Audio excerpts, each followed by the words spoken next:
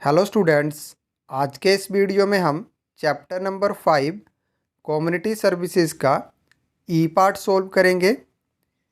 ई part जो है वो लॉन्ग आंसर टाइप क्वेश्चंस हैं। तो यहाँ पर हमें फर्स्ट क्वेश्चन दिया गया है, how did community service play an important role in olden time. देखो फर्स्ट क्वेश्चन में हमें क्या बोला गया है कि कम्युनिटी सर्विस जो है वो किस तरह से एक इम्पोर्टेंट रोल प्ले करती थी ओल्डन टाइम में। ठीक है बच्चों, हमने पार्ट डी में भी पढ़ा कि कम्युनिटी सर्विस जो है वो हेल्प या असिस्टेंस होता है जो बेनिफिट देता है किसी कम्युनिटी को। ठीक है, तो इस क्वेश्चन के आंसर में भी आपने यही बताना है कि ओल्डन टाइम में किस तरह से कम्युनिटी सर्विस जो है वो हेल्प या असिस्टेंस देती थी और कैसे जो है उस हेल्प या असिस्टेंस से बेनिफिट होता था कम्युनिटी का। क्लियर है? तो बच्चों इस क्वेश्चन के आंसर में आप फर्स्ट पॉइंट लिखोगे, in olden times people help the poor with money, clothes and food etcetera. मतलब ओल्डन टाइम में लोग जो थे वो पुअर की मनी देकर, क्लॉथ देकर या फिर उनको फूड देकर जो थे हेल्प करते थे। क्लियर है? इसी तरह से आपका सेकंड पॉइंट आ जाएगा, kings dug well, planted trees and constructed sarais for common people. और जो राजा होते थे वो कुएं खुदवाते थे, ट्रीज प्लांट करवाते थे और सराइज को भी कंस्ट्रक्ट करवाते थे कॉमन पीपल के लिए। क्लियर हो गया?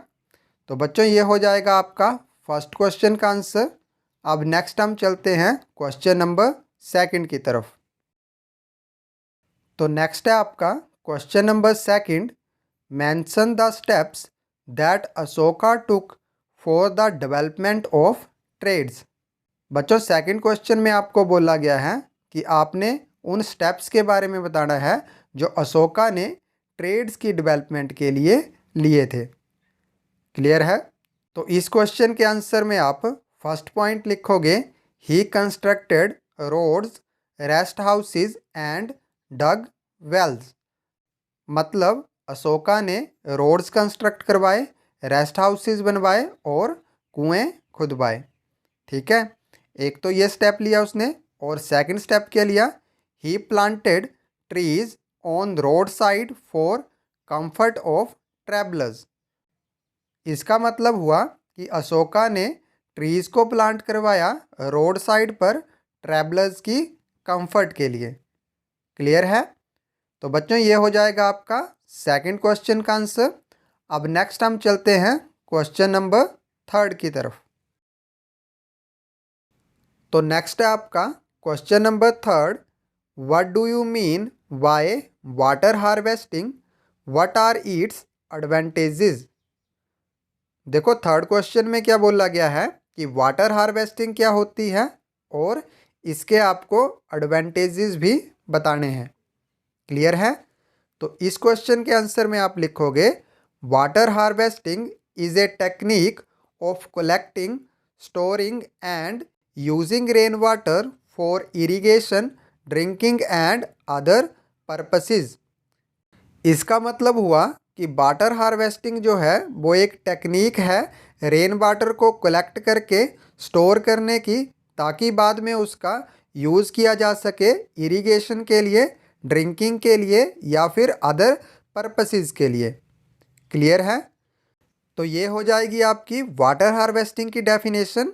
और इसी तरह से इसकी फर्स्ट एडवांटेज क्या आएगी, it solves the problem of water scarcity. मतलब जो वाटर हार्वेस्टिंग है वो वाटर स्केर्सिटी की जो प्रॉब्लम है उसको सोल्व कर देती है।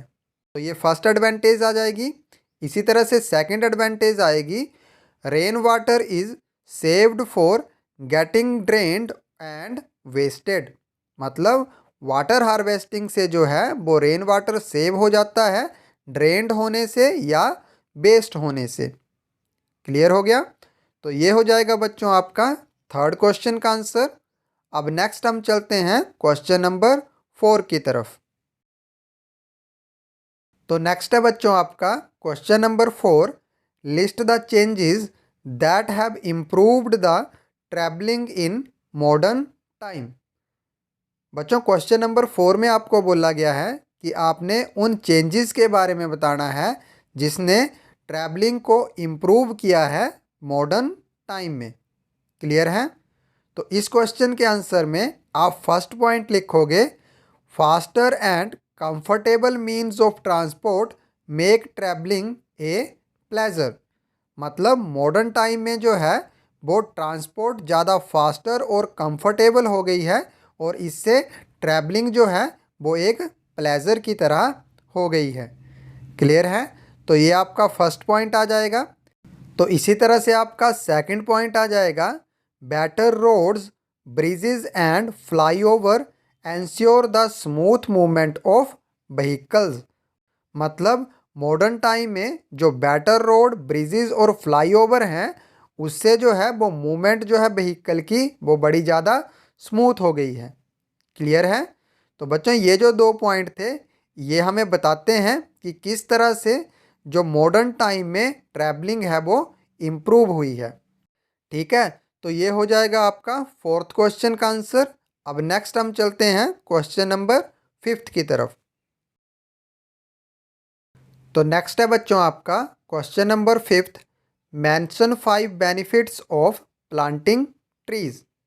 बच्चों क्वेश्चन नंबर 5 में आपको बोला गया है कि आपने ट्रीज को प्लांट करने के कोई 5 बेनिफिट्स जो हैं वो बताने हैं। क्लियर है? तो बच्चों इस क्वेश्चन के आंसर में आप फर्स्ट बेनिफिट लिखोगे, trees give us fruits, would and oxygen. मतलब ट्रीज जो हैं वो हमें फ्रूट्स, वुड और ऑक्सीजन देते हैं। क्लियर है? इसी तरह से आपका सेकंड बेनिफिट आएगा, trees provide shelters for many animals and birds. मतलब ट्रीज जो हैं वो बड़े सारे एनिमल्स और बर्ड को शेल्टर प्रोवाइड करते हैं। ठीक है? और थर्ड बेनिफिट क्या आ जाएगा, ट्रीज प्रिवेंट सॉइल इरोजन। मतलब ट्रीज जो हैं वो सॉइल इरोजन को भी प्रिवेंट करते हैं। और फोर्थ पॉइंट आ जाएगा, trees provide green cover to the earth. और ट्रीज जो हैं वो ग्रीन कवर प्रोवाइड करते हैं अर्थ को। क्लियर हो गया? तो ये आपका फोर्थ पॉइंट आ गया। इसी तरह से लास्ट पॉइंट आ जाएगा, trees help in clean the atmosphere. और ट्रीज जो हैं वो हेल्प करते हैं एटमॉस्फेयर को क्लीन करने में। ठीक है? तो ये हो जाएगा आपका क्वेश्चन नंबर 5 का आंसर।